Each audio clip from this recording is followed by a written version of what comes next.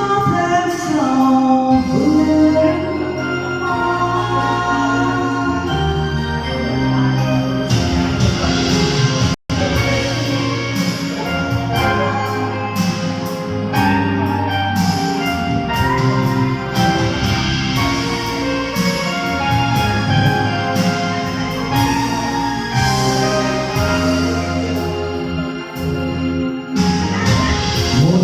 chiều chiến路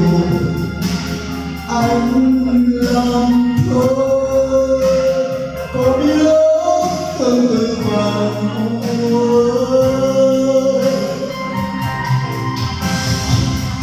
mong rơi theo đàn em người đó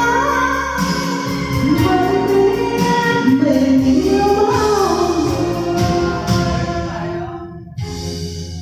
người cố nhân ai trên con tim xa vời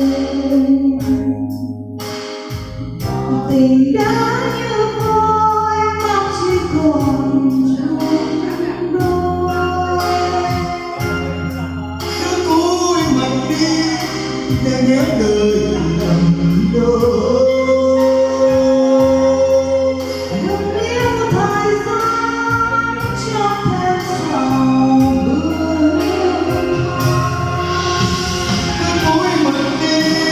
để nhớ đời lầm đôi đừng yêu thời gian cho thêm sầu vương rất tuyệt vời. Bài gì? Linh hồn đã